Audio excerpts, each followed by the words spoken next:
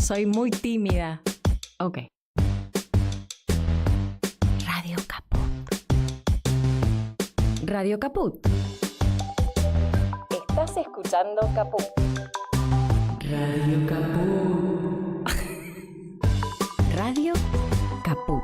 Te comunicas con nosotros al 11 65 16 44 46. Radio Caput. Voces de los territorios. El verdadero relato. Voces de los territorios. Conduce Irma Caupán. Voces de los territorios. Los martes a las 9 de la noche. En Caput. Radiocaput.com. Mientras todos duermen, algo muy extraño ocurre en los laboratorios químicos R. Seguinos en Twitter, @Radio Caput, o en Facebook, Radio Caput.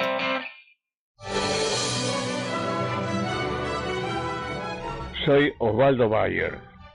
Bueno, un saludo para la Radio Caput, radio de nombre increíble, roto, jodido, completamente aniquilado, que haya puesto ese nombre, ¿no? Con mucha ironía, evidentemente. Bueno, les deseo el mejor de los progresos, les deseo el mejor de los futuros, pero que nunca estén caput. Gracias. Pero que nunca estén caput. Radiocaput.com.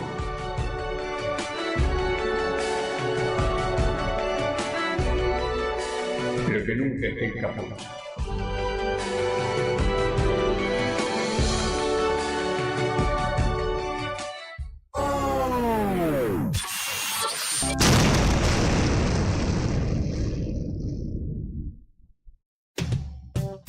Radiocaput.com. Estás conectado. Estás en Caput. Cada vez que me pongo a pensar en perspectiva histórica, desde un punto de apoyo, que es el momento en el que estoy parado, pienso localmente y pienso universalmente. Inevitablemente hay que hacer una especie de intervención entre el conjunto más grande y el conjunto más chico, que comprende a ese momento en la Primera Guerra Mundial, durante la Primera Guerra Mundial, en donde todavía importábamos cine de afuera, ¿sí? Europeo. En la Primera Guerra Mundial, un poquito después, aparecen las majors norteamericanas.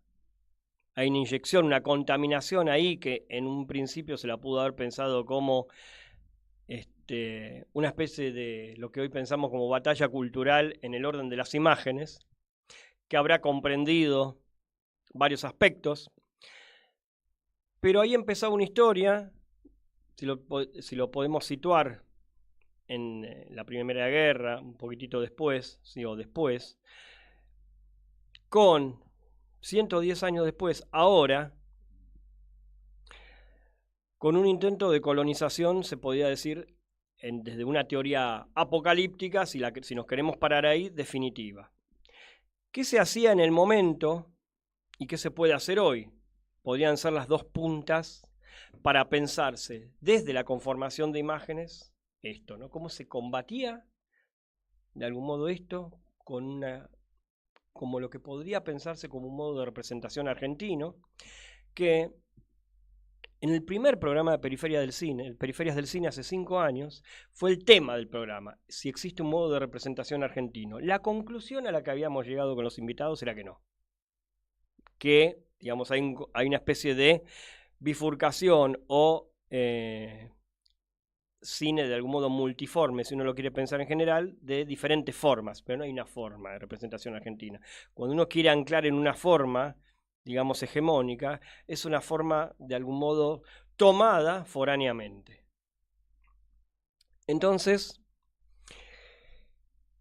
tenemos algo interesantísimo para pensar, que es desde el ayer y del hoy, cómo en un momento se pensó en relación a también acontecimientos que llevaban 100 años, como la Revolución de Mayo, o sea, se tomaba en el sentido del centenario, y surgían imágenes, y surgió una película, que de algún modo, por lo que estuve investigando estos días, yo no estaba tan interiorizado en forma tan pormenorizada en esa cuestión puntual, está en discusión acerca de si esa fue la primera o fue la segunda, porque en el mismo año se filmó otra a cargo del mismo director.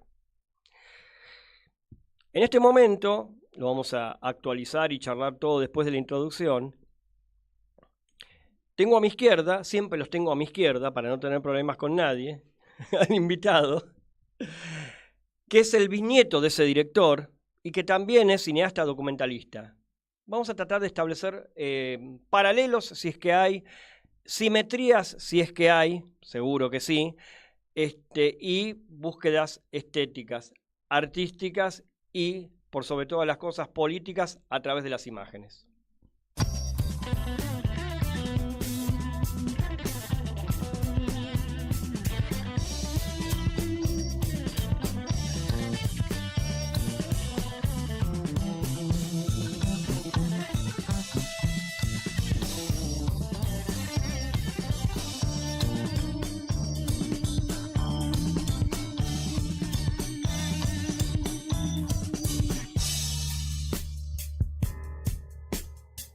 Pensamiento no es reflexión.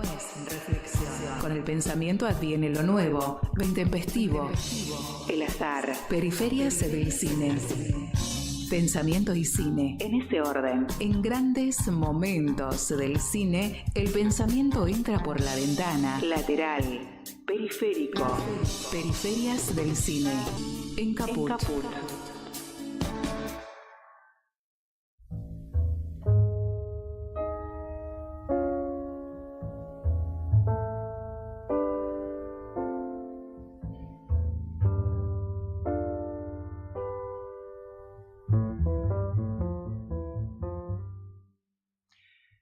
Una de las cosas que más me gustan hoy día, tengo que decirlo, de nuestro operador Joaquín Beigbeder, es que sabe perfectamente en qué acorde de Miles Davis él me tiene que dar aire, en forma definitiva.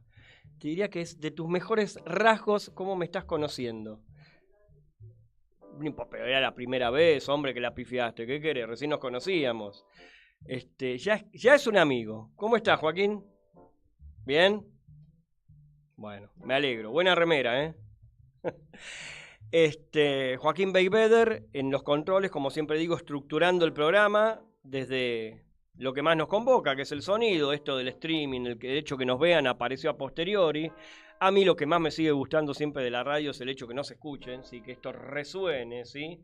Podríamos volver a eso, ¿no? Digo, no me matan ahora me matan. ¿Sí? Estoy con la imagen, sí, lo digo a cámara. Lo que mencionaba recién en la introducción de este programa, Periferias del Cine, que siempre de algún modo se presenta desde más que de una preocupación, de una ocupación de cómo se puede establecer una especie de servicio a través del programa con el cine, ¿sí? Que el programa sea un disparador. Mi nombre es Luis Frank y siempre tengo esa idea, tanto desde el programa y desde mis clases también. Yo doy clases de teoría y análisis hace ya 21 años. Y luego, desde un tiempo a esta parte, de unos años, ya más de 10 años a esta parte, a través de la escritura. Pero, puntualmente en el programa, por eso yo mencionaba el primer programa que tuvimos acá, siempre hay algo del modo de representación argentino que no puedo parar de pensar, porque hay otra cuestión. Ahora voy a habilitar a mi invitado para que podamos pensar juntos al aire esto. Hay una cuestión que hace a los modos de representación argentinos, que es una pregunta que habitualmente no se hace, porque se da por naturalizado o sabido, mejor dicho, usemos un término más al uso nuestro, ¿sí?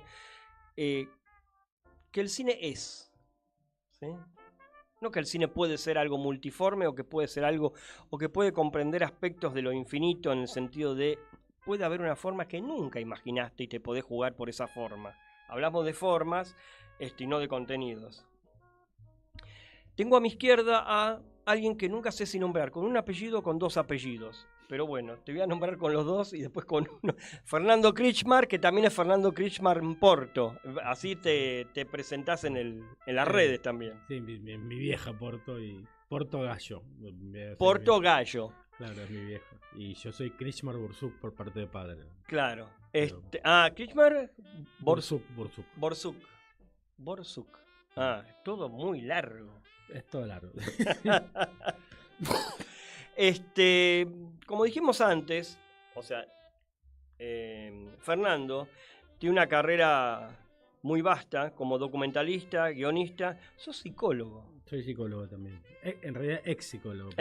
Pero ejerciste. Ejercí, sí, hasta hace 40 años. ¿Pero de qué rama de la psicología? Bueno, cuando trabajé más que nada en psicología institucional, psicología grupal, hice algo de clínica también, hice diversas cosas. ¿Pero de una mirada psicoanalítica? De una mirada relativamente psicoanalítica, pero mezclada también con cuestiones más sociales, con lecturas de lo que era el freudomarxismo, lo que era Wilhelm Reich, lo que era Deleuze, Guattari, todo eso de Pavlovsky. Tato Pavlovsky, te iba a decir, no mordió ahí Tato Pavlovsky, claro. Hernán Kesselman, han hecho talleres con ellos, los llevamos a Rosario, que es donde estudié a todos ellos, y nos movíamos mucho con lo que era el grupo Plataforma, el grupo Documento, que era el grupo que surgió en la APA, la Asociación Psiquiátrica Argentina, un poco por izquierda en los 70, de los cuales tal vez el más conocido es Tato, pero estaba Martínez Buquet, había varios más, y bueno, muchos de ellos los llevamos en su momento a Rosario, organizamos distintas cuestiones justamente para combatir un poco la idea del psicoanálisis que surgió después de la dictadura, que era algo muy, muy críptico, muy, muy oscuro, muy centrado en lo privado, ¿no? En lo privado y sobre sí mismo, ¿no? Entonces, bueno, nosotros que también teníamos una militancia, al principio antidictatorial y después, durante la democracia, teníamos como ideas de cambio social profundo, y bueno, los 80 eran una etapa de bastante ruido cultural, donde había una especie de destape, donde bueno, muchas cosas que se habían mantenido medio sacralizadas empezaron a cuestionar, así que bueno, un poco formamos parte de ese movimiento en aquellos lejanísimos tiempos de los 80 y los 90 que prácticamente he olvidado, ¿no? Ahora. Bueno, acá lo recordamos, pero me da de algún modo el pie como para pensar varias de las cuestiones que podemos desplegar acá, no para una mirada psicoanalítica en absoluto. Si a mí me lo preguntás, cine y psicoanálisis, asuntos separados, para mí, ¿sí? Sí. Desde el abordaje, cuando veo una mirada psicoanalítica sobre el cine, yo, estoy parado en otro lado. De algún modo, a Deleuze y Guattari les interesaría esto que estamos hablando en este punto, ¿no? Ellos han sido muy críticos desde este lugar, inclusive yo creo que es una crítica desde adentro del psicoanálisis. Muchos lo entendieron como una crítica lacerante, pero esta cuestión de el psicoanálisis puertas adentro, subsumida al mundo de lo privado, creo que es una de las críticas centrales del Antiedipo, ¿sí? Que se extiende también a Mil Mesetas, claro, pero bueno, eso pero otro que hay que sacar del closet, que lo nombraste, es a Wilhelm Reich.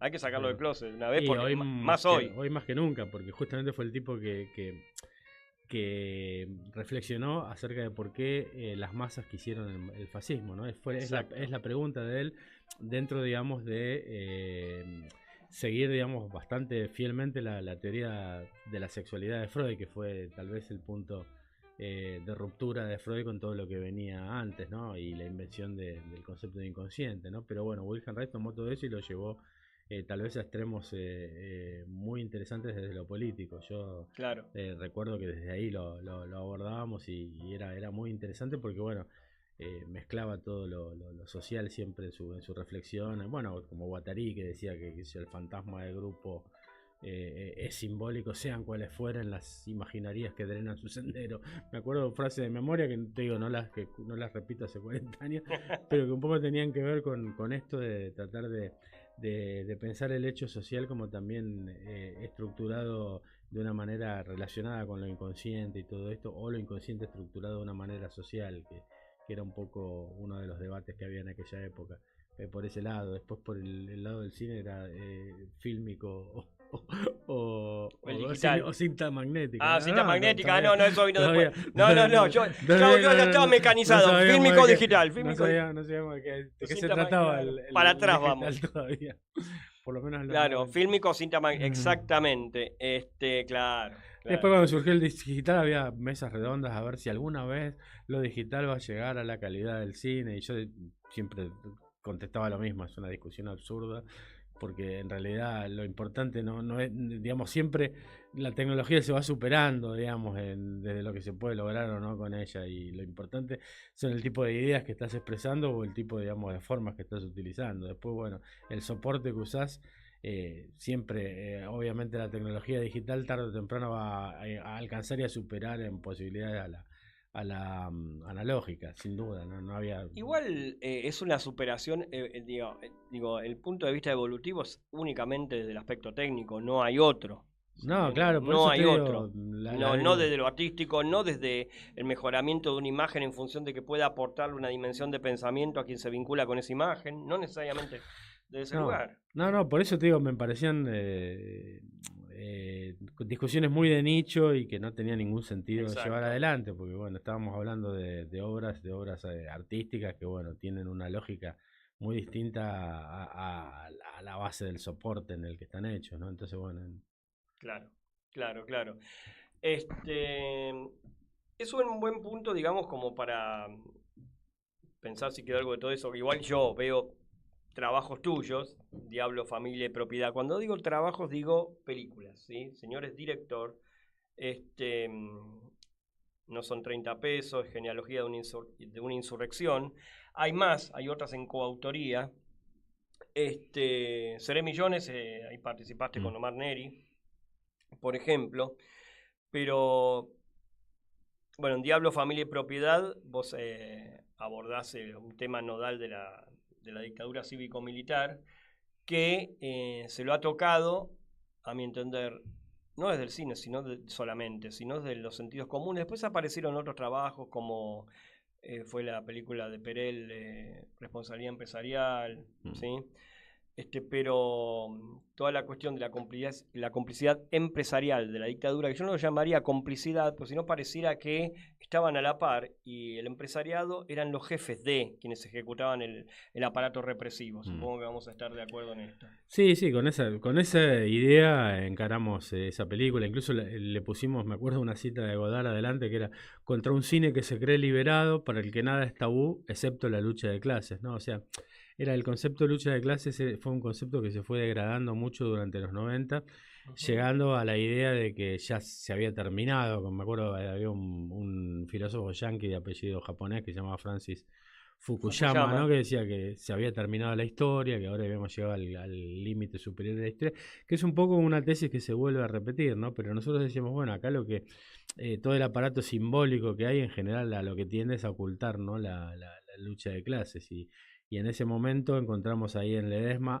además de no la complicidad, sino, como vos decís, claramente la dirección de la represión por parte de los Blaquier, encontramos te diría un teatro de operaciones donde la lucha de clases estaba muy a la vista, porque realmente había un dueño que era dueño de todo y una clase desposeída que no era dueña de nada, incluso algunos que eran llevados prácticamente como esclavos de las comunidades originarias, ¿no? Entonces, bueno, pudimos meter eso a través del resorte simbólico del familiar, que era un poco un mito, ¿no? Un mito en el sentido que estructura toda la producción simbólica de un lugar. Entonces, bueno, era un lugar privilegiado para contar esto. Bueno, además, por supuesto, no teníamos un peso, ¿no? Lo hicimos con unas cámaras de casamiento, así, de hecho, digamos, muy precariamente, pero bueno, tratando de meterle todas las ideas que se podía con esa tecnología que la manejamos muy bien de ese tipo de laburos, ¿no? Laburos sociales, laburos de filmación en vivo y pavadas de esas, pero que te hacían, digamos, tener mucha noción de todas las posibilidades que tenían aquellas viejas cámaras de Super VHS, ¿no? Que ya están en los museos. Claro, sí. Muy rápidamente fueron a parar al museo. Sí, claro, claro. Muy claro, rápidamente. claro. Fue un Sí. periodo efímero. Bueno, igual a nosotros, mira, te digo, trabajamos Hay con... muchos nostálgicos del VHS. Sí, nosotros trabajamos hasta el 2000, pero por una cuestión de producción, porque todavía era muy caro utilizar el digital, nosotros éramos pobres en esa época y el tipo de cine que hacíamos era muy difícil que sedujera o a las instituciones oficiales menemistas o al empresariado, así que en general hacíamos las películas literalmente a dedo. Eso está mostrado en la última que estrenamos, que fue Elogio de la Rebelión, cine y contrainformación en las luchas populares, que contamos todo lo que fue el movimiento audiovisual de los 90, ¿no? Donde está también Diablo, pero hay laburos de como 10 o 15 compañeros de los que fundaron lo que en su momento fue el macarteadísimo cine piquetero, ¿no? ¿Cine? Piquetero. Ah, bien. Que Por eso te iba a preguntar, nosotros que mencionás como los hacedores de estos materiales, ¿qué denominación tienen nosotros? Bueno, nos Porque puso... porque discúlpame, vos perteneces al DOCA,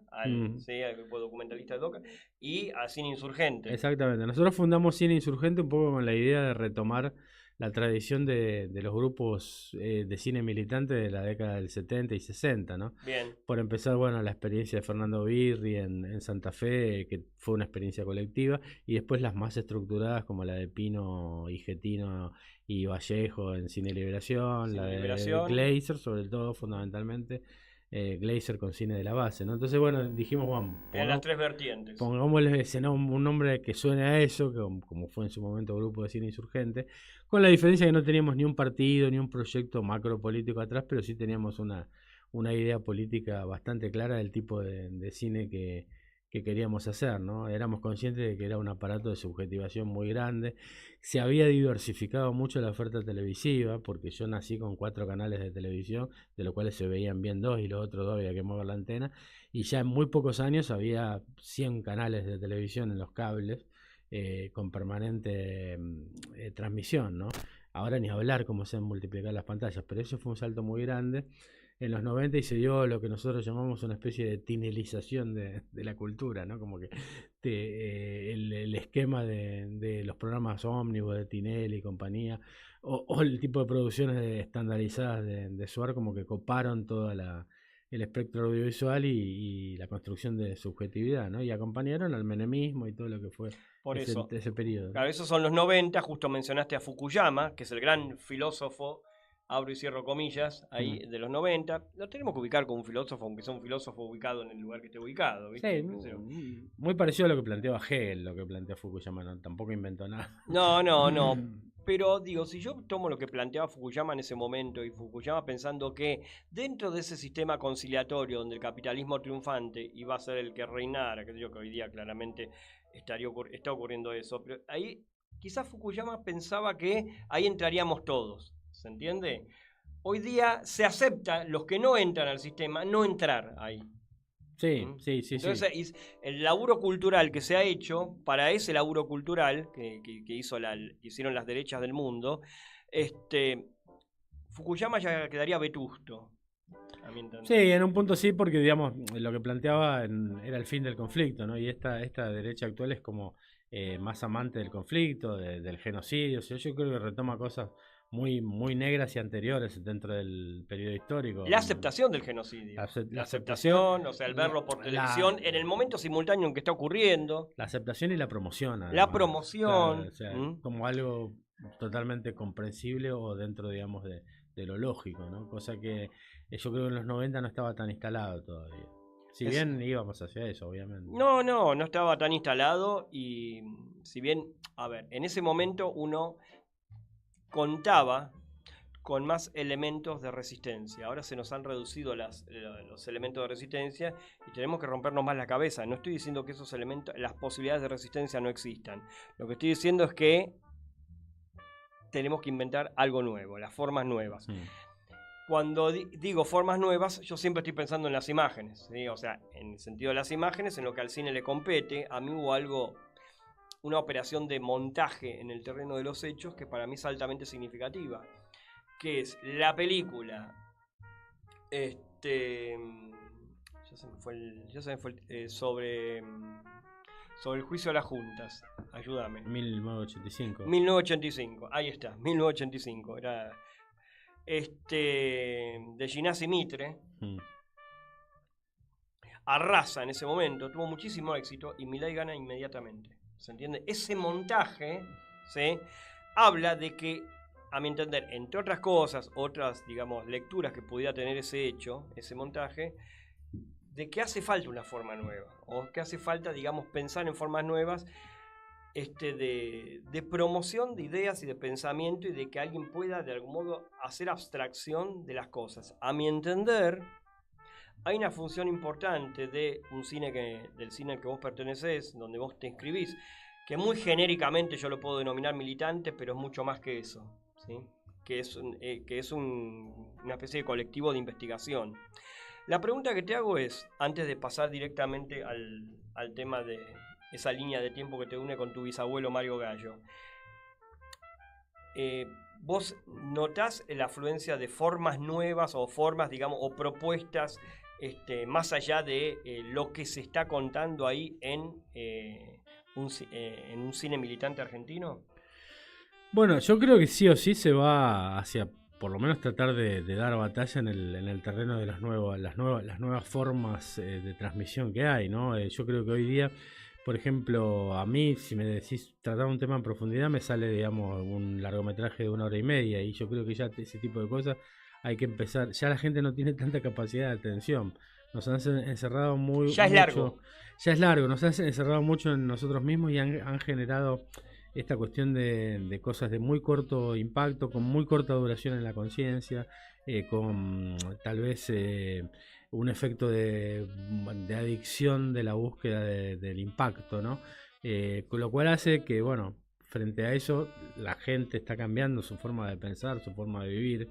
Creo que en ese sentido la pandemia fue un acelerador brutal de eso, y ni hablar no el surgimiento, porque es mucho más vieja, pero sí la rápida difusión masiva de la inteligencia artificial. Son cuestiones que por supuesto hay que pensar, siempre entendiendo que estamos en el terreno del enemigo, ¿no? Porque cuando nosotros decimos hay un tecnofeudalismo que quiere cagarse en la democracia y apuntar a cosas como la que estamos viviendo en este momento políticamente en Argentina, bueno, atrás están los dueños de todas esas plataformas en las que mucha gente cree que vive en democracia o que puede decir lo que quiera, donde ahí en realidad hay intereses empresarios que dirigen justamente la creación de subjetividad. Eso que decíamos en los 90 de que la nueva forma de subjetivación, en realidad se la habíamos afanado a Piglia, no inventamos nada, pero Piglia decía que el modo de producción simbólica dominante del siglo XX era el cine. Nosotros decimos, bueno, ahora es la televisión por cable, la multiplicación de pantallas, la tinelización de la cultura. Decimos también, bueno, creo que ahora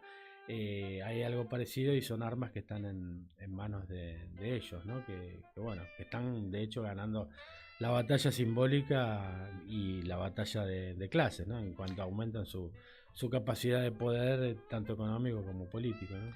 Siempre me interesa, en relación a lo que estás mencionando, digo, pensando en voz alta, ¿no? Desarticular cómo se estructuran esos mecanismos de poder, esos mecanismos cognitivos, ¿no? Porque no son más que mecanismos cognitivos. Van a puntos precisos que, a mi entender, lo que yo encuentro como vector es el fortalecimiento del mundo individual, del mundo privado. Así que es lo que veníamos hablando antes en relación al psicoanálisis, pero lo podemos extender. Que a los 90, ese momento que vos mencionás de los 90, es importante porque empieza, a mi entender, el proceso de cancelación. Ya había empezado, de algún modo esto tiene etapas, pero ese momento de los 90 es muy importante para la cancelación de una experiencia colectiva, ¿sí? Sí. El gobierno del 2015 de Mauricio Macri claramente lo ubica como bandera, lo diga expresamente o no, ¿sí?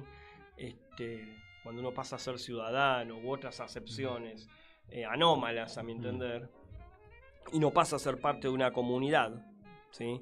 Cuando las plazas, digo, pensando en el terreno urbanístico, se vuelven mucho más dificultosas de abordar, la lógica arquitectónica con la que son concebidas, que ya viene de la dictadura, ¿sí?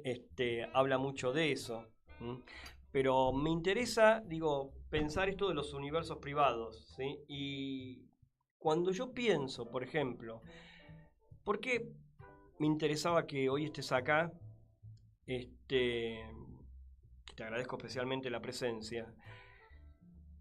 siendo el bisnieto de Mario Gallo, que es, vamos a decir quién fue Mario Gallo, fue el primer hacedor de cine narrativo argentino, el primero que se podía decir que quiso contar una historia, ¿sí? Con todo lo que eso implica, cuando lo que veníamos haciendo era importando historias, Sí. de algún modo, ¿sí? ¿Podés graficar un poco ese momento? Bueno, era un momento que nosotros lo emparentamos con en el sentido de surgimiento de tecnologías asombrosas, como hoy es la inteligencia artificial. En ese momento en el cine, ¿no? Era algo realmente muy nuevo, que todavía estaba peleando su carácter de arte, que para eso justamente se hacían los llamados film de arte, como para darle prestigio Sí. artístico a la cosa, lo que se hacía en Francia, lo que se hacía en Italia, en Europa sobre todo. ¿Te acuerdas de algún ejemplo puntual? Bueno, eso? está... Lo Mira, estábamos hablando antes, sí, fuera de está el aire. asesinato del duque francés, que es muy interesante. Está, ¿cómo se llama?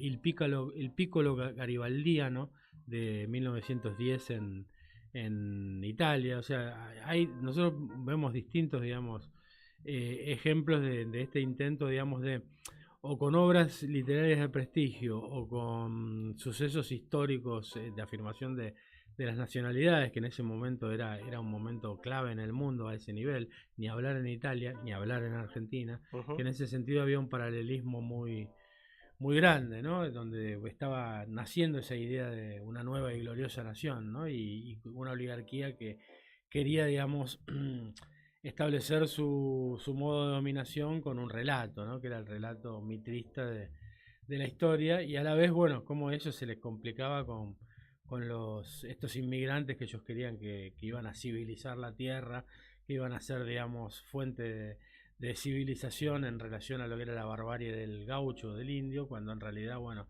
venían de unos tremendos quilombos en Europa con ideas bastante subversivas bajo el brazo. Entonces un poco se les dio vuelta, y en 1905, cuando llega el viejo, era un país que estaba lleno de injusticias y de cada vez de huelgas progresivas, porque también había muchísima lucha política, ¿no? Calculé que en 1910 había más italianos que argentinos en Buenos Aires. Ya había, cuando surge el cine en 1895, ya había una ola migratoria acá importante. Enorme, sí. Enorme. Y ya de a poco venían todos de luchas muy grandes, ni hablar en Italia y en España.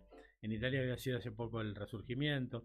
Si quieren ver una idea de dónde venía esa gente, tienen que ver El Gato Pardo de Visconti, ¿no? Exactamente. Con esa idea de que hay que cambiar todo para que nada cambie, ¿no? O sea, la unificación de Italia como una maniobra, como para terminar con la nobleza, pero instaurar una clase con una explotación más moderna, ¿no? Y en realidad conquistar la parte agraria del sur por la parte industrial del norte. Y eso expulsó muchísima gente. De la provincia de donde viene Gallo vinieron 70.000 inmigrantes en esa época, ¿no? Y ¿Qué eso provincia es? La Puglia, es el taco de la bota, que era parte del reino de las dos Sicilias, que fue el reino conquistado por el Piemonte para en 1861 hacer la unificación italiana, el Resurgimiento.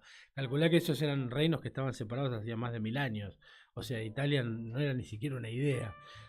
Se empezó a convertir en una idea en los 20, 30 del siglo pasado, y se concretó con esta nueva unificación que de alguna manera desde el Imperio Romano que no se daba esa unificación política. Claro. Eran cosas totalmente distintas. Por ejemplo, la iglesia del pueblo donde nació Mario Gallo es una iglesia del 900 hecha por los normandos, para que te des una idea. O sea, y desde ahí nunca más había habido el dominio de un poder central que tuviera que ver con Roma, ¿no? Y bueno, esta fue la unificación, que tampoco tuvo que ver con Roma, tuvo que ver con el Piemonte, porque Roma fue lo último que cayó, porque bueno, estaba el Papa ahí, entonces no era difícil conquistar los estados pontificios, que fue lo último, el último rulo del cierre de la unificación. Pero hubo tremendos genocidios de campesinos.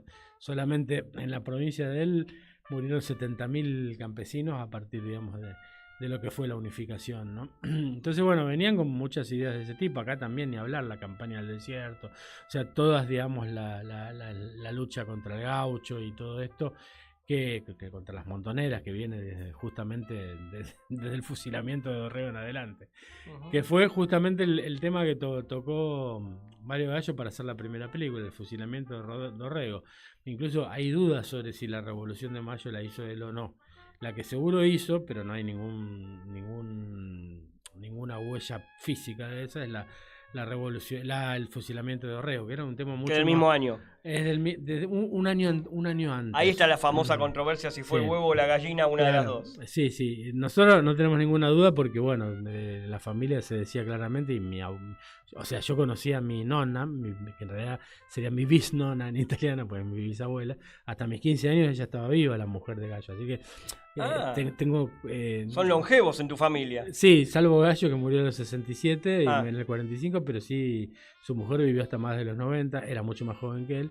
Y yo la conocí, habrá muerto en el 75, o sea que hasta mis 10 años yo tuve contacto con la nona y ella decía, bueno, que había sido la Revolución de Mayo, perdón, el fusilamiento de Dorrego. Lo cual, bueno... Nunca la después grabaste. No, ni se te ocurre, cuando sos joven ni se Claro, te cuando ocurre. sos joven ni se te ocurre. Capaz que ahora con el tema de los celulares y todo eso hay pibes que se les puede llegar a ocurrir más, pero en general, cuando sos joven, bueno... Bueno, acá estuvimos hablando con Julián Tagle, que hizo en la película sobre la familia de él, no sé si la viste, Machado. No la vi. Bueno, pero la escuchaste nombrar en, Sí, en la el escuché Mafisi. Y él los está filmando hace 25 años. Claro. Claro. Pero bueno, acá no había tanto a quien filmar, porque era una familia más bien pequeña, pero debí filmar aunque sea mi madre, que tenía un recuerdo muy presente de su abuelo. Igual ahora está también la otra rama, los hijos de Carlitos, que son el otro hijo de Gallo. Mi abuela era Iole, la primera hija, y el segundo hijo es Carlos. Y bueno, los hemos incorporado a esa rama de la familia, de la cual estamos distanciados por una cuestión, digamos, geográfica. En Argentina no había ningún tipo de pelea ni nada, pero simplemente no... ¿Pero vive alguno? Vive Gerardo, que es uno de los nietos de Gallo. Yo soy bisnieto de los nietos. Así que lo hemos incorporado en la película porque tiene también bastantes recuerdos de su abuelo, ¿no? Claro. Ahora, ¿dónde estaba posicionado, si es que tenés ese dato, ¿no? Políticamente, Mario Gallo? No tengo ninguna idea específica y un poco, bueno... Digo, para él pensar sus sí, imágenes. Sí estamos pensando el contexto, ¿no? Y dentro de ese contexto yo creo que había una idea de los inmigrantes de tratar de plegarse a esta idea oligárquica del relato histórico, pero por todos lados se les filtraban cosas. No sé si él hizo o no la Revolución de Mayo, porque sí existe casi en su totalidad, pero termina con por ejemplo, Viva la República, que suena más a la lucha de Garibaldi que a la lucha de los patriotas de Mayo. O sea, ahí se les meten, digamos, cosas, más allá de lo que ellos opinaran, que para mí tienen que ver con estos dos contextos. Fíjate que en 1910 ya la oligarquía tenía bastante agotado su proyecto iniciado en los 80. Así es. Y estaban pensando en esto de cambiar algo para que nada cambie. Y justamente inventaron el voto secreto y obligatorio de los varones. E inventaron la Unión Cívica Radical, que era una forma de cambiar todo para que nada cambie, sobre todo en el sentido de quién maneja los resortes económicos, ¿no? Y bueno, ese mismo proceso se estaba dando en Italia, así, y también se estaba dando con resistencias hasta armadas, ¿no? De los campesinos. Y bueno, todo eso, acá estaba la Fora, la Semana Trágica y diversas, digamos, situaciones políticas que queremos que de alguna manera tienen que embarcar, ¿no? Esto, por un lado, y porque además siempre todas las películas históricas son una lectura del presente, ¿no? Fíjense que nuestro presidente habla de los últimos 150 años, de los últimos 120 años como la decadencia, y justamente lo que está añorando es ese momento en que surge el cine, donde prácticamente el trabajador no tenía ningún derecho, donde las huelgas eran salvajes. Por eso también está tratando de matar al cine. Exactamente, ni hablar, sí, por supuesto, pero además el cine, a cómo se ha acomodado después de las luchas del 2001 y etcétera, es que toda una generación de estudiantes que se habían multiplicado en los 90, pero que tenían muy poco acceso, solamente algunos pocos, muy talentosos, como Caetano, como Reyero, como, bueno, los distintos que surgieron en lo que fue el nuevo cine argentino, la misma Lucrecia, pero eran un puñado de gente, y en los 2000 se multiplicó eso geométricamente, porque, bueno, justamente todos esos estudiantes de cine, que eran como 20.000 en todo el país, empezaron en cada región y sobre todo en capital, y sobre todo en relación a los fondos del Inca y de distintas entidades estatales, empezaron a desarrollar un cine que para mí es de los más interesantes, sobre todo porque está hecho con recursos bastante escasos, así que generalmente tienen bastantes ideas metidas, ¿no? Exactamente. Hay algo en lo que uno hoy puede ver de esos periodos del cine, ¿sí? De ese periodo, inclusive, nada, aunque se te desdibuje un poco la línea de tiempo, o la época concreta, o las condiciones concretas, de ese carácter artesanal de la obra, ¿sí? Sí, obvio. Que hoy lo pensamos como artesanal. En ese momento quizás no lo pensaban desde ese lugar, ¿se entiende? No, al contrario. Al contrario. Querían... Pero hoy lo pensamos como algo de carácter artesanal que de algún modo tendría su atractivo perceptivo desde ese lugar. Yo creo que ellos venían con el famoso mandato de hacerse la América, ¿no? Entonces, yo creo que percibían, por un lado, que era una vía de desarrollo artístico, ni hablar del caso de Gallo, que era maestro de pianoforte, que vino aquí como director de una compañía de opereta y se quedó a partir de que se enamoró de mi bisnona y empezó a tocar el piano en las funciones de cine que se acompañaban con un pianito, ¿no? Y a partir de ahí se fue metiendo en lo que fue ese nuevo arte, pero era un tipo que venía con todo el bagaje cultural de la opereta, de la ópera, del teatro italiano, ¿no? Tenía como mucho de eso, pero yo creo que lo primero que ellos pensaron, los que empezaron todo esto, bueno, cómo congraciarse con ese poder que era el que además manejaba la parte económica, y creo que por eso trabajaron tanto con temas históricos, porque además el centenario fue un derroche de guita importante, porque justamente estaba la idea de establecer ese relato mitrista de la historia con buenos y malos y digamos excluyendo a muchos de, sobre todo las clases oprimidas que participaron de la creación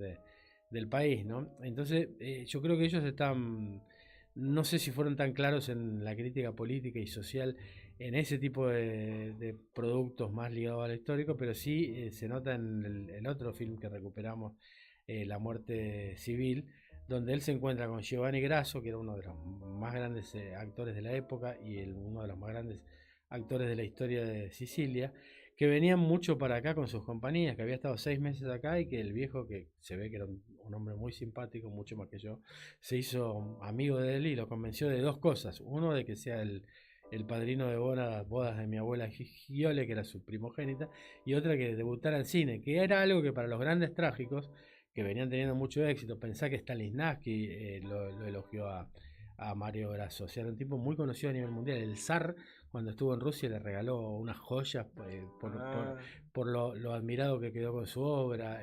Anduvo muy bien en Barcelona, acá hizo 2 giras, una en el 7 y otra en el 10, y al final de esa del 10 mi abuelo le propone hacer este largometraje, del cual hemos recuperado, gracias a Dios, un fragmento de 8 minutos que el otro día lo proyectamos allí en el Museo del Cine, y que por supuesto se conservó de casualidad porque la familia de Giovanni Grasso, al morir, le donó esas latas al Museo de Torino del Cine, y bueno, allí hay una idea mucho más clara de que hay que preservar la historia cultural, ¿no? Cosa que acá más bien hay la idea de borrarla. Acá hace mucho hace falta una cinemateca que no existe, una cinemateca nacional, o sea, son 2 invitados que he tenido que inclusive se ocupaban y se ocupan del tema de la preservación. Lo tuve en los comienzos del programa a Jaira Beta Lacaján, que lo recuerdo, era un gran amigo, lo recuerdo muchísimo, y bueno, sí, siempre hay gente trabajando, pero es como un trabajo en soledad. Desgraciadamente es porque nunca hubo un apoyo estatal explícito a eso. Habrá habido alguna tirada de mangos, pero efímera, digamos, no como política de Estado. Sí, no, bueno, porque además yo creo que los dueños de la Argentina odian la Argentina, ese es el problema, y odiar la Argentina es odiar la historia argentina, y cómo esa industria fue una industria hecha a mano y sin permiso por esta gran camada de inmigrantes que justamente le pusieron mucha cabeza. Y yo creo que viendo la calidad artística que tiene este fragmento de La muerte civil, yo creo que él ahí se encuentra con un volver a ese arte que había desarrollado como hombre de teatro del sur de Italia, ¿no? Que tenía una gran tradición. Pensá que en Sicilia murió Esquilo, por ejemplo.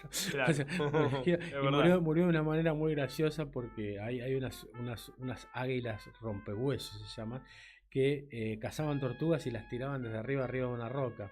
Y Esquilo era pelado, y entonces un águila se confundió la cabeza de Esquilo con una roca. Esquilo estaba meditando, escribiendo, vaya a saber qué estaba haciendo, sentado en el piso, y bueno, el águila le tiró desde 300 metros de distancia una tortuga y le partió el mate. Y Esquilo tenía una profecía sobre él, que iba a morir con una casa que le iba a caer encima. Entonces había adoptado, a partir de esa profecía que le había dado la diosa, el vivir al aire libre. Y fíjate que lo mató una casa que cayó del cielo, porque una tortuga no es otra cosa que una casa ambulante, ¿no? Bueno, y eso sucedió en Sicilia. Entonces digo, Platón escribió la República basándose en los reyes de Sicilia, los reyes de la época de la Magna Grecia, ¿no? Cuando era parte del imperio griego, no era un imperio, pero sí donde eran ciudades-estado griegas, Siracusa y todo eso. Y ahí Platón desarrolló su idea de la República con un rey filósofo, aunque estos dos Dionisios en los cuales se inspiró eran bastante hijos de puta y eran muy, muy alejados de la idea de filósofo, pero un poco para justificar la idea del teórico del pensamiento al lado del poderoso, como que Platón le metió toda esa impronta, ¿no? Pero bueno, yo digo, venían con una tradición muy fuerte y además con todas estas tradiciones del arte ligado a la lucha por una parte por la supervivencia y por otra parte a las luchas políticas que había en Italia. Y yo creo que ahí en La muerte civil, que tal vez va a ser la base de la parte de archivo de nuestra película, es donde se ve claramente cómo él rápidamente encuentra otros estímulos artísticos, ¿no? Y empieza, digamos, a utilizar cosas como el fuera de campo, el espacio hacia la cámara, el evitar que se mire a cámara y una serie, digamos, de cuestiones que incluso hasta te diría en parte, sobre todo por movimiento dentro del cuadro, favoreciendo, digamos, trabajando para que se produzca la diégesis, digamos. Exactamente, el hecho artístico en sí mismo, ¿no? Y dejar de tomar prestado del teatro, del relato histórico, de la literatura, sus formas, como decías vos, ¿no? Y yo creo que eso es lo que demuestra esto. Y siempre, viste, hay una discusión, porque rápidamente el cine se convierte en una industria, ¿no? Entonces, en general, en Occidente la idea es la industria, ¿no? Pero si vos tenés otras visiones, como por ejemplo la de los soviéticos, de Siga Bertov, directamente decía a un cine sin actores, que muestre la vida real, que no tenga nada que ver con la literatura, era como muy extremo, pero bueno, estaba viviendo el proceso artístico y político notable de la revolución rusa. Pero también sucedió en Cuba. Fíjate, en Cuba la primera ley cultural, ¿sabes de cuándo es? Del 24 de marzo, no te olvidas nunca la fecha, de 1959, porque fue apenas antes de cumplirse los 3 meses del triunfo de la revolución, que fue el 1 de enero del 59. O sea, el 24 de marzo del 59 ¿qué se crea? El ICAIC, Instituto Cubano del Arte y la Industria Cinematográfica. O sea, como que ya en el acto fundacional esta generación de revolucionarios invierte, digamos, el concepto de que el cine de arte es una rareza, una cosa menor, y lo ponen en primer lugar, ¿no? Como diciendo, nosotros vamos a hacer algo distinto a lo que es el cine industrial, ¿no? Y eso para mí es muy, muy valioso en los procesos revolucionarios, pero es algo que también debe haber pasado en estos inmigrantes que se querían convertir en industriales o en gente de guita, pero estaban en un lugar donde no había mercado, donde tenían que competir con la industria extranjera, donde algunos se fueron abriendo camino y muchos otros, entre ellos los pioneros, fracasaron, ¿no? Como es el caso de... Lo que pasaba con las majors en el cine, pasaba por en otros terrenos. Exactamente, y eso, bueno, hace que lo reivindiquemos este carácter de artista de Mario Gallo, ¿no? Más allá de su carácter empresario, que tuvo sus grandes éxitos, pero bueno, terminó fundido, ¿no? Al final. Antes de pasar quiero hablar de tu proyecto sobre tu bisabuelo, sobre Mario Gallo, que estás laburando en eso hace 5 años, dijiste, me dijiste recién fuera de aire. Hace 5 años en la cabeza, pero en realidad sobre el papel y sobre la investigación yo te diría 3 años y medio más o menos. O sea, pico y pala de 3 años y medio a esta parte. Exactamente. Bien. A ver, primero me interesa mucho la idea de que el cine haya sido una pata de hacer la América, ¿sí? Eso me parece un dato crucial para entender la época y para entender el momento del cine, ¿sí?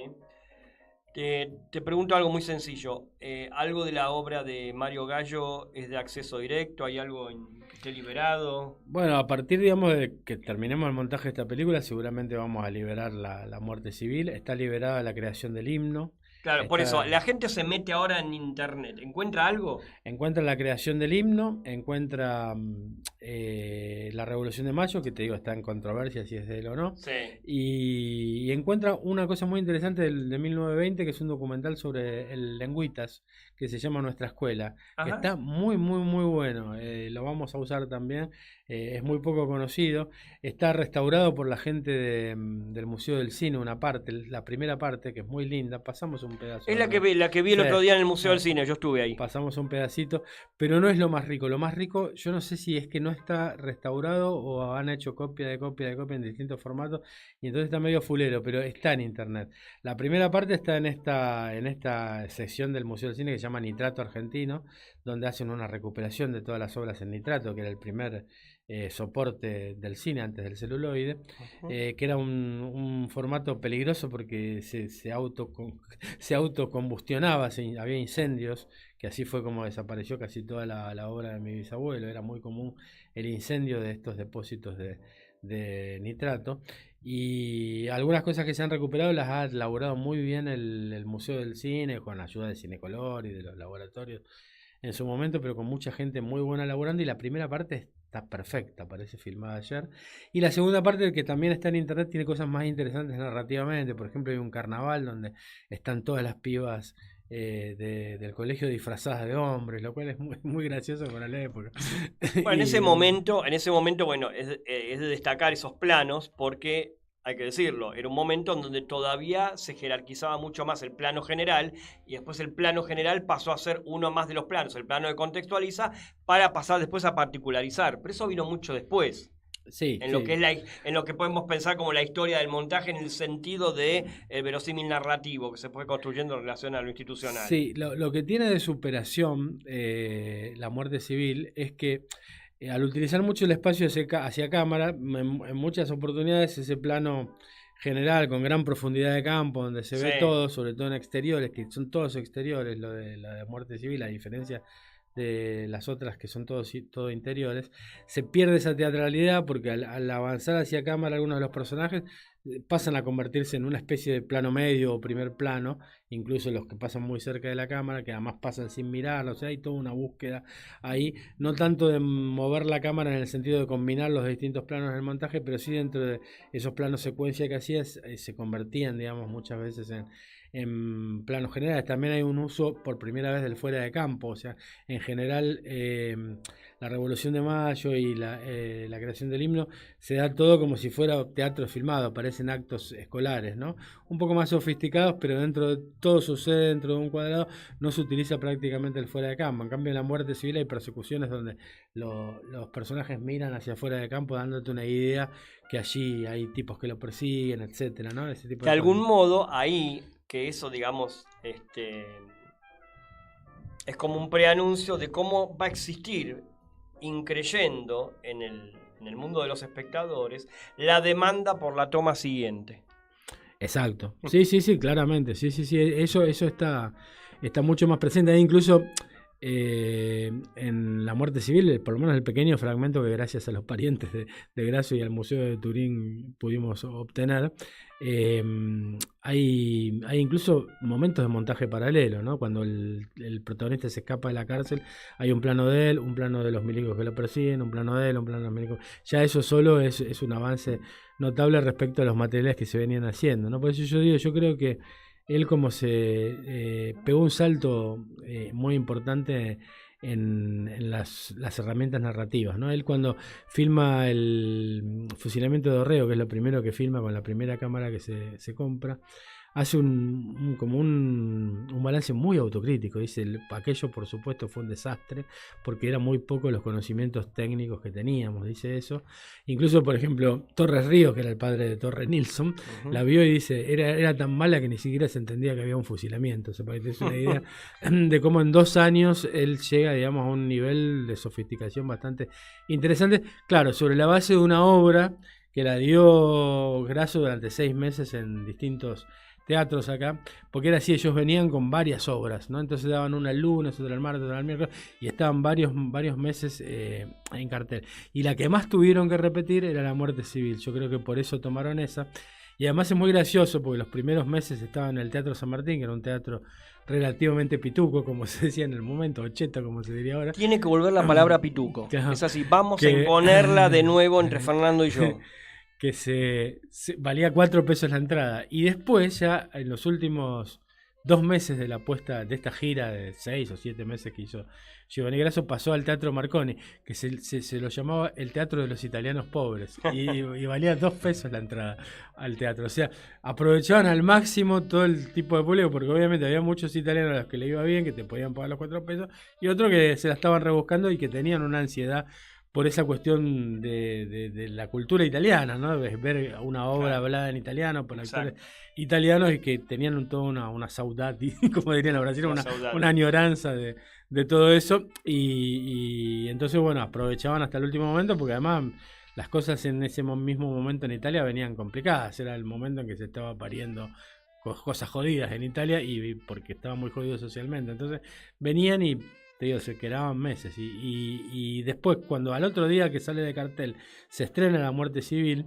la película que hizo mi bisabuelo, ahí pasó a valer 1 peso. Entonces, en el mismo Teatro de los Italianos Pobres. Y lo gracioso es que hasta ahora se creía que el primer película de largometraje era Amalia, que fue una experiencia tremendamente oligárquica que tenía que ver con esto de reproducir este relato reaccionario de las clases dominantes, que estaban desesperadas porque no cambian las cosas que venían, digamos... Ya la novela cambiando. es eso. Ya la novela es La eso. novela, sí, la novela era directamente un panfleto antirracista, Tremendo, ¿no? Pero es tremendo. gracioso porque la película no es tan tremenda, porque fíjate que muchos de esos oligarcas eran medio parientes de Rosa. Entonces ponen un Rosa que era mucho más jodido en la novela, lo cual le da mucho más interés. Si vos lees la novela, está bastante buena. En el sentido, ¿Cómo bueno, está construido? Claro, Claro. Los malos son malísimos y son los Sí, rosistas, sí, son sí, capaces sí, de sí, comerse chicos crudos en la mesa Claro. familiar, y son muy, muy hijos de puta, y los unitarios son muy, muy, muy, muy buenos. Pero hay cada tanto frases gorilas como diciendo que el problema de los rosistas es que mezclaban las diferencias, que no se hacían cargo de las diferencias sociales y se mezclaban los negros con los blancos. Bueno, toda esa cosa facha está metida, pero la cuestión del suspense en la novela está bastante bien manejada, es llevadera, tiene como 400 páginas y me la leí, no te diría de corrido, pero la fui leyendo. Bien. En cambio la película es un plomazo, porque ¿qué hicieron? La hicieron las damas de una asociación que se llama la Asociación del Divino Rostro, que eran las que después bardeó Evita en su momento, no eran las que hacían la caridad.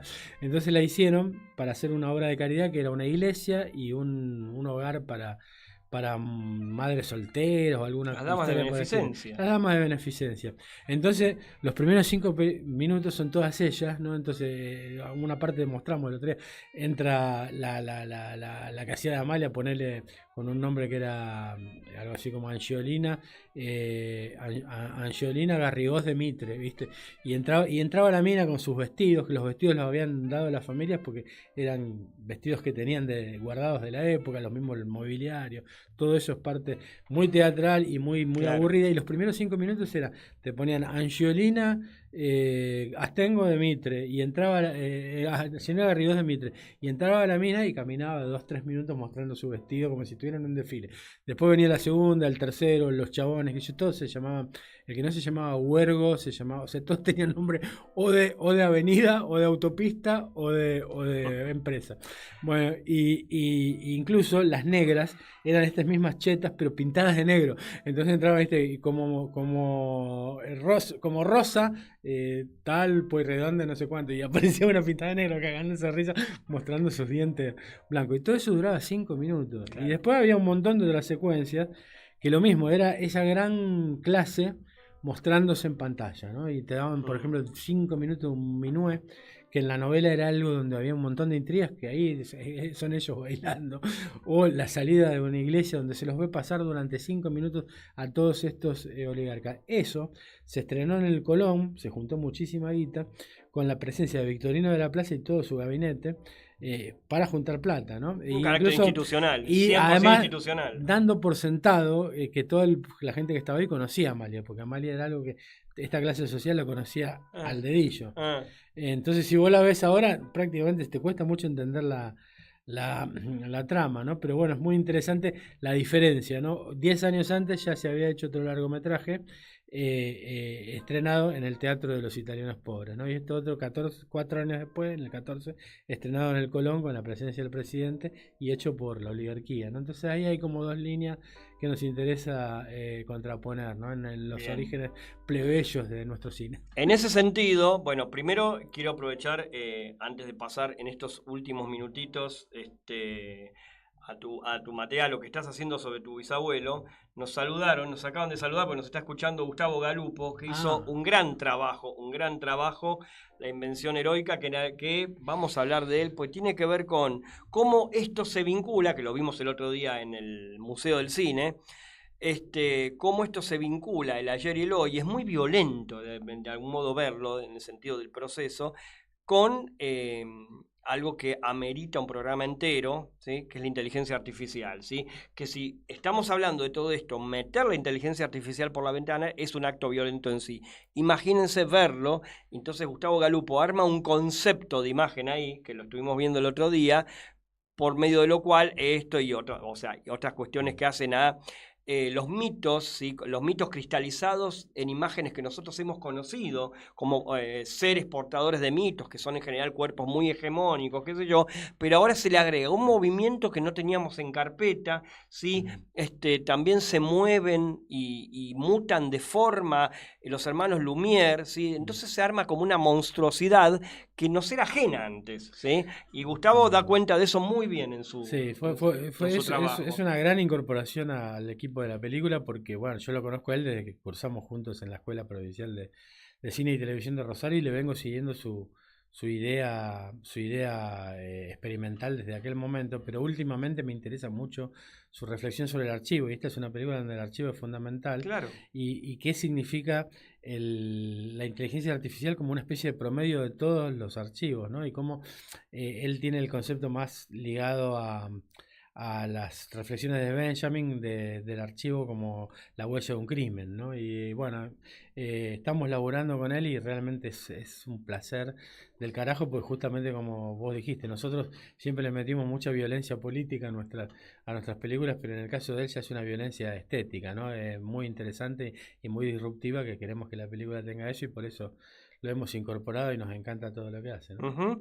Bueno, cerremos con 2 minutos. ¿Me regalás un minuto más, Joaquín? Gracias.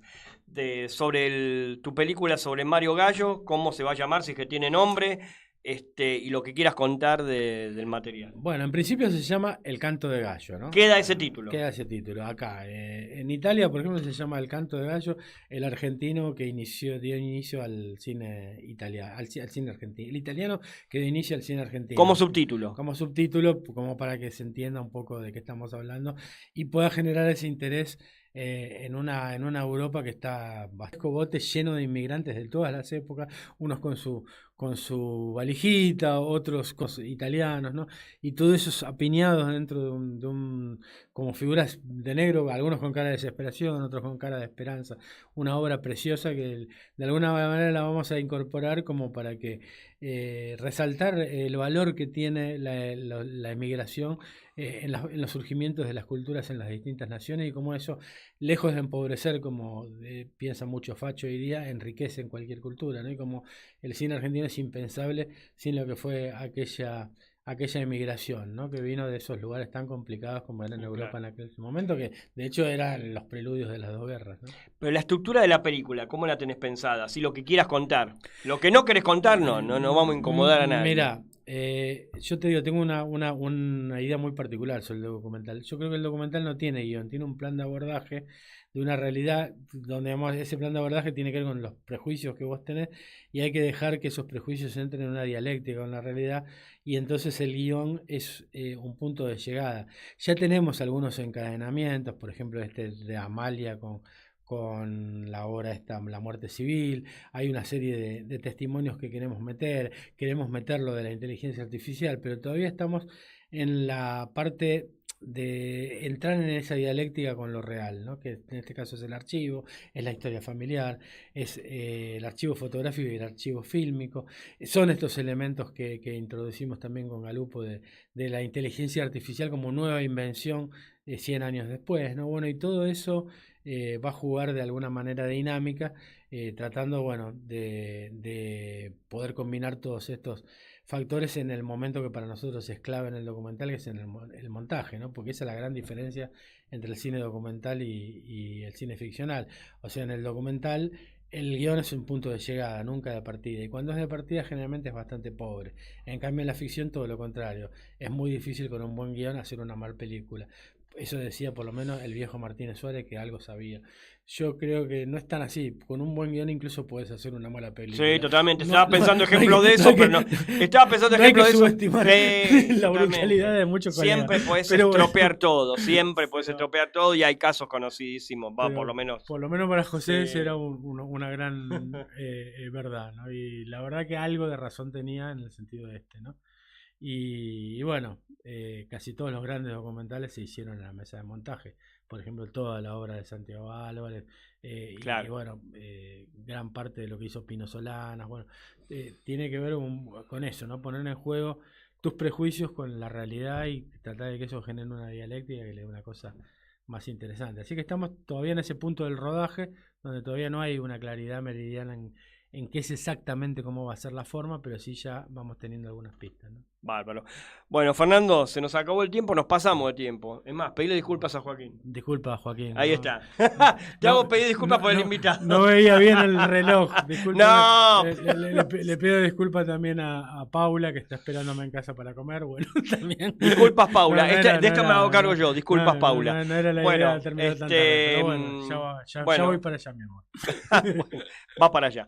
Bueno, muchísimas gracias por todo esto. Bueno, fecha de más o menos que vea la luz esto, no sabemos. Yo calculo que yo calculo que en diciembre, este año, bien. En enero ya vamos a tener algo bastante desarrollado, porque ahora tenemos la parte del rodaje en Italia, donde quedan muchas cosas por investigar. Bien. Pero ya fuimos una vez y ahora vamos ya directamente a filmar, son 20 días de rodaje. Bien. Y ya está casi terminada. Quedan 2 o 3 cositas más acá y ya. Ahí hay que sentarse en la mesa de montaje. Bueno, la esperaremos y allí estaremos. Fernando Kretschmar Porto, lo dije completo. Sí. Muchísimas gracias. Gracias a vos. Y nosotros nos encontramos la semana que viene con Joaquín Beigbeder y más periferias del cine. Hasta la próxima.